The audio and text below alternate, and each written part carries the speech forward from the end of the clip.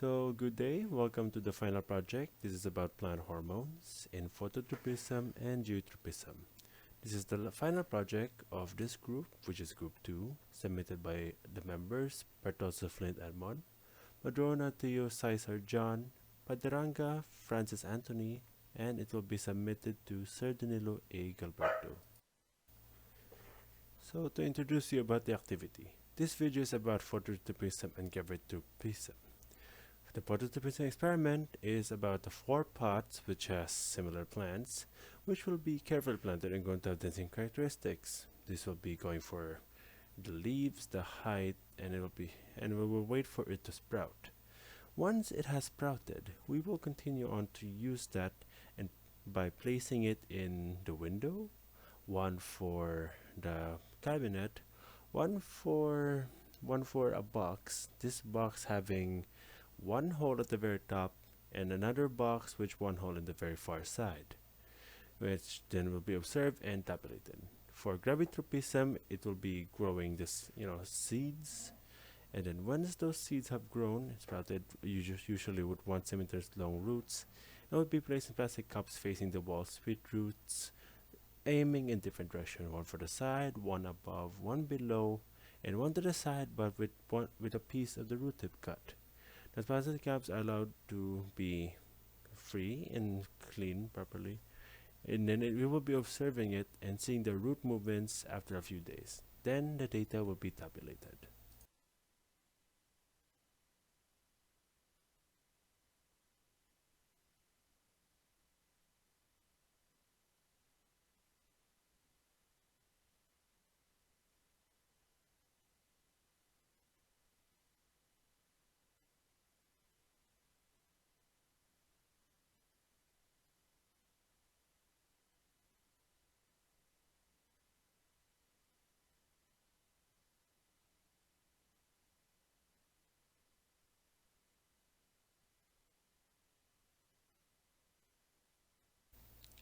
So you may be asking, what's the goal? And what are we trying to do? Well, the goal of this experiment is for us to see and understand how light and gravity can affect the stems and roots of plants. With the emphasis being the 2 experiments, Phototropism and Gravitropism, we will see how plants grow with Phototropism, how the stem reacts with light.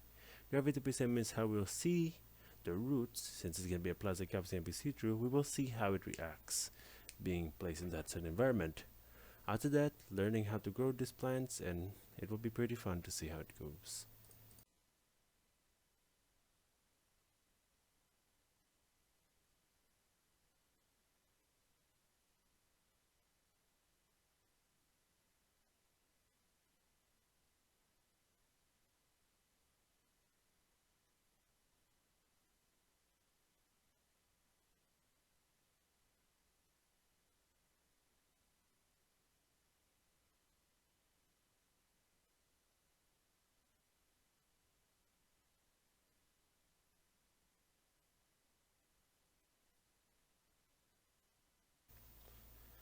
Now for summary of methods. Well, the summary of methods, it'll be just, plants, make the seed grow, let it grow with care, obviously. Then over time, if it's good enough, the experiment initial can start. There will be picture taking each time something happens. For photo and gravi, since we will have these photos and some of these plants, let's just say a few cats try to eat them or destroy them, but over time is what majority of what will be done, and hopefully it goes very well. Phototropism experiment. Plant seed in the pot and let it grow with care. These plants have the same length, height, and numbers of leaves. We ready 4 plants for each pot, 4 pots in total, with a total of 16 plants in all. Place the pot in their different setup for 4 to 5 days. Setup number 1.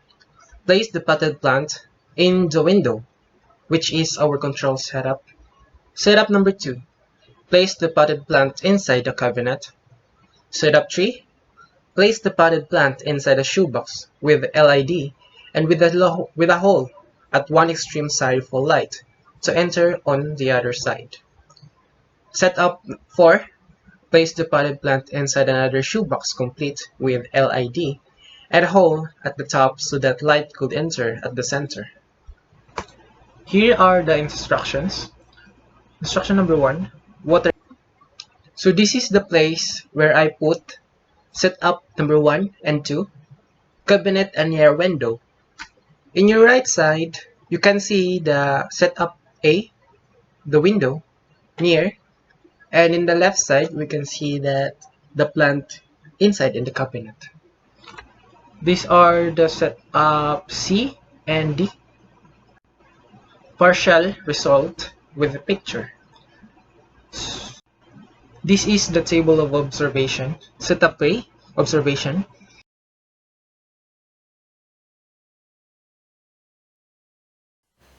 Gravitropism experiment instructions. Obtain 4 large clear plastic cups or boxes. Line each of the plastic container inner wall with paper towel or toilet paper and fill the entire jar loosely with tissue paper. Do not cover the jar to allow air into the container.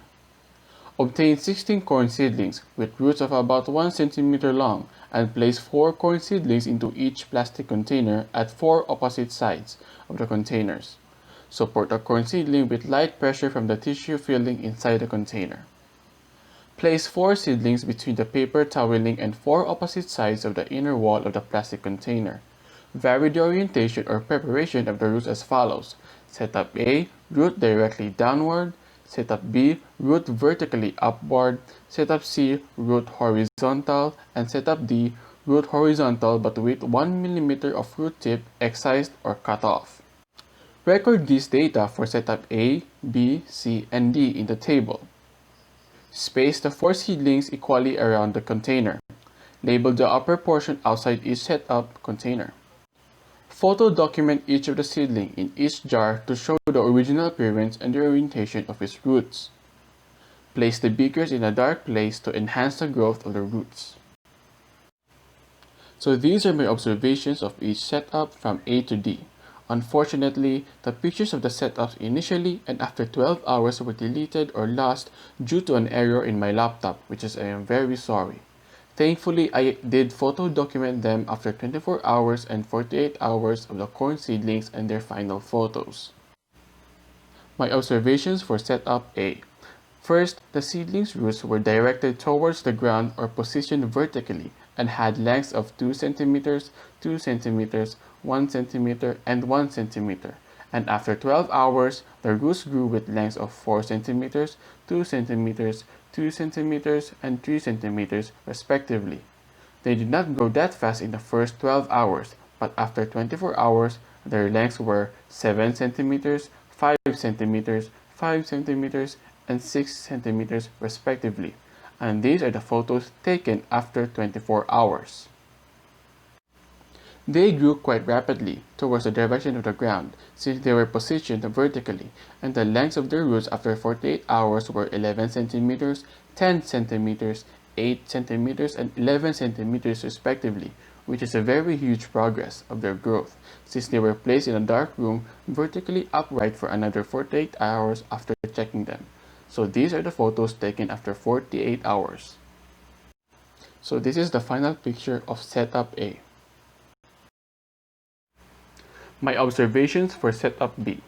Initially, the lengths of the roots of setup B were 2 cm, 0.5 cm, 0.5 cm, and 1 cm, and the position of each seedling in the setup was vertical but upside down, where the root is pointing upwards towards the surface.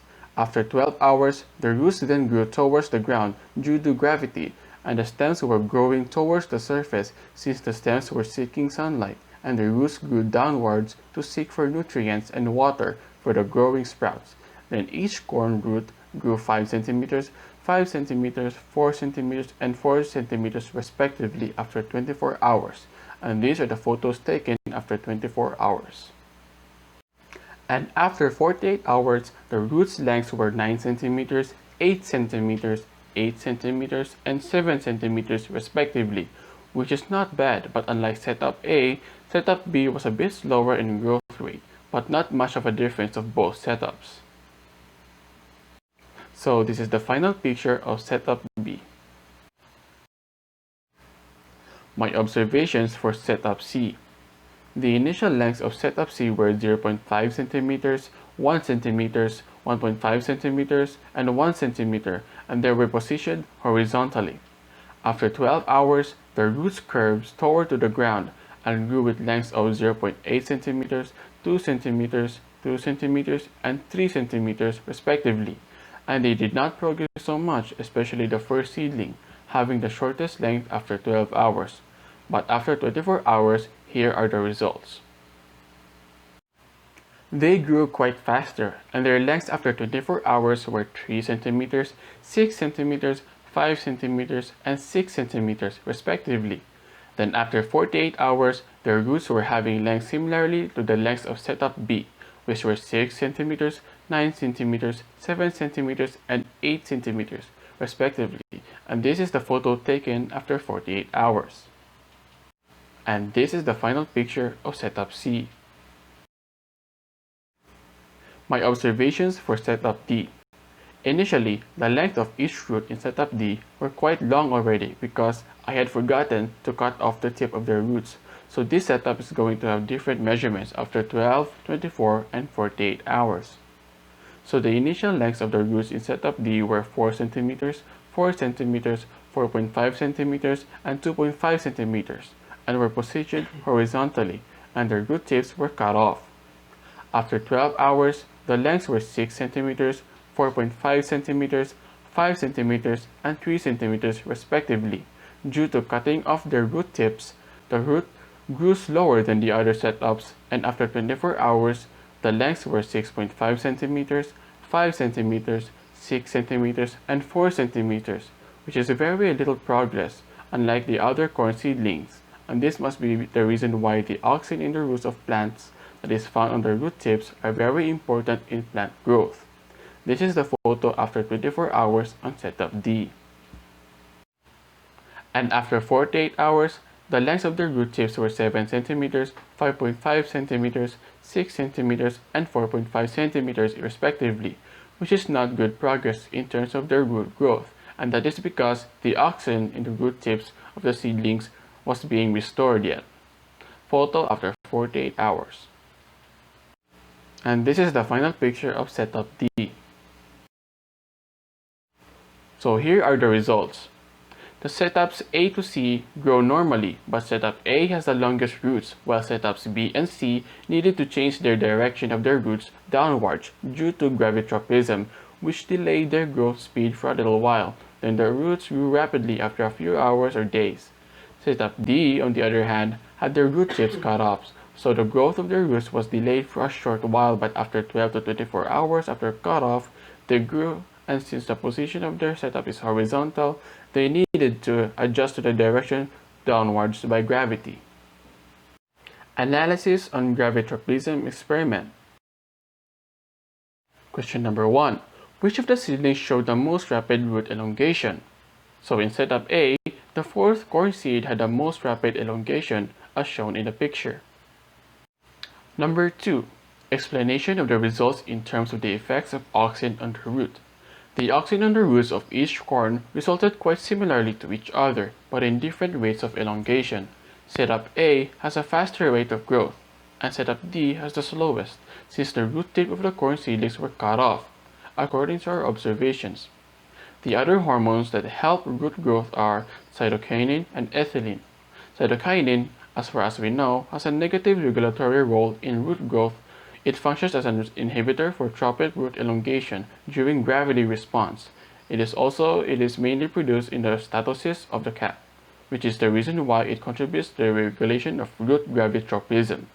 And ethylene is a hormone that reduces the lateral distribution of auxin across gravity-stimulated corn roots, which could suggest that it acts to modulate auxin transport or synthesis during root gravitropism. Number 3. What happens to the orientation of the stems in each seedling? Well, in each seedling, the stem points towards the opposite direction of the gravity, in which the orientation they were initially, they will somehow change the orientation of the stems upwards after a few days. And number 4. How do the stem responses compare with the root responses?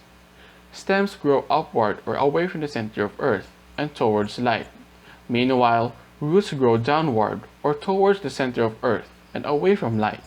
These responses to external stimuli are called tropisms.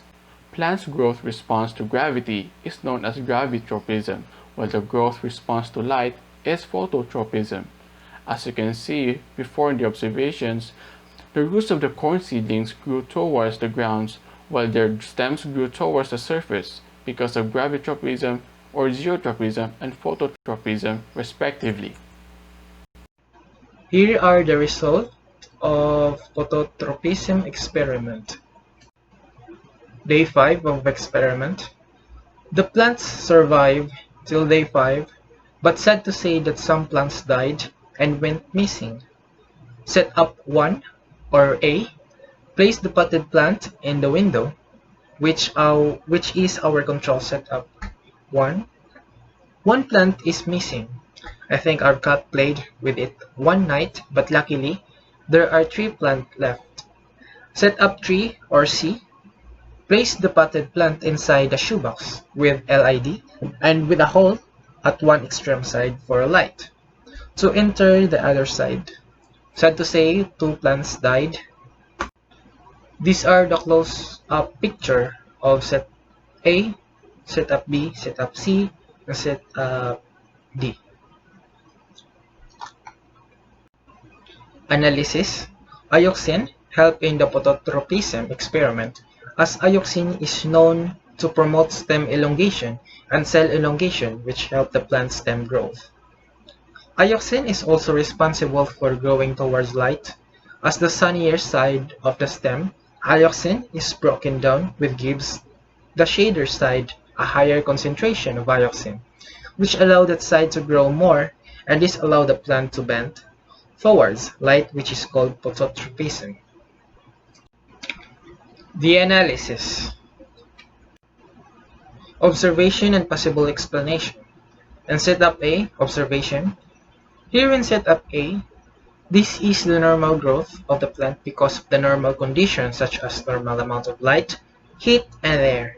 As we can see that the plant's leaves which blooms wonderfully, and through its leaves we can say that the plants are healthy. Possible explanation? Possibly because of the right amount of light, carbon dioxide, water, and heat from the sun, that the plants grow normally. Observation and possible explanation in setup B. Observation. We can see that the plants are malnourished because of its size.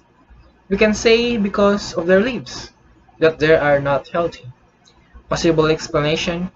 Possibly that the plant become malnourished and unhealthy because of the lack of sunlight. Observation and possible explanation in setup C. Observation.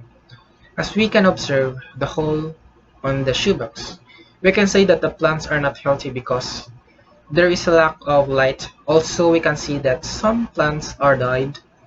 Possible explanation. The hole was so extreme that light could not fully reach the plant, and those lead to it having less healthy leaves that cause plants die. Observation and possible explanation in setup D. Observation. From my shoebox, I made a little mistake there because I didn't put the hole in the center. I put the hole in the upper right side of the plant. I noticed that in the 4th day of the experiment, I didn't change it because there's no time, so pardon me. But as we can observe, the growth of the plant followed where there is the light. The plants are healthy as we saw their leaves and stems. Possibly explanation. Because of positive phototropism, the plants grow and follows where the light is. So for the conclusion, during photosynthesis in green plants, light energy is captured and used to convert water, carbon dioxide, and minerals into oxygen and energy-rich organic compounds. The byproduct being oxygen and starch being one of the things it can create. So without light from the sun, plants cannot photosynthesize well. Obviously, we conclude that in phototropism, experiments, photosynthesis is very important in plant development. We can see from the experiment, without photosynthesis, plants cannot synthesize the food and cause malnourishment or unhealthy of plant of the plant's growth or the plant's growing. We also see that from the experiment that plants grow towards light. This is because of auxin, and this is also called phototropism, positive phototropism. So next is auxins inform plants on when to form roots. Rooting hormone products, which are commonly sold in powder, liquid, and gel form, contain natural auxins or synthetic compounds which can be applied to clipping to stimulate roots growth during propagation. This is basically saying root need grow, add this root like root grow. And this is how if it was applied in the corn experiment, and with the help of gravity, the roots grow downwards to seek for nutrients and water for the plant, as it usually goes. And a fun fact, if roots go down, they go down in all angles. They don't actually look for water. And when some roots reach water, it just grows faster because of the better environment. So to end all this, we can say that plants in their own ways have their own goals.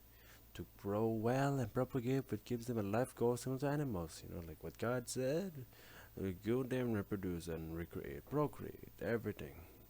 But as their hormones promote safety, growth, and many more, these hormones actually seem to make people, we kinda don't wanna die. If something bad happens, our body adapts. That's how we survive, natural selection, adaptation. And this experiment just shows that even something so different from us, such as these plants, plant, non-motile, humans, hairless ape that somehow survived many years of ice age and everything. Yeah, we survived.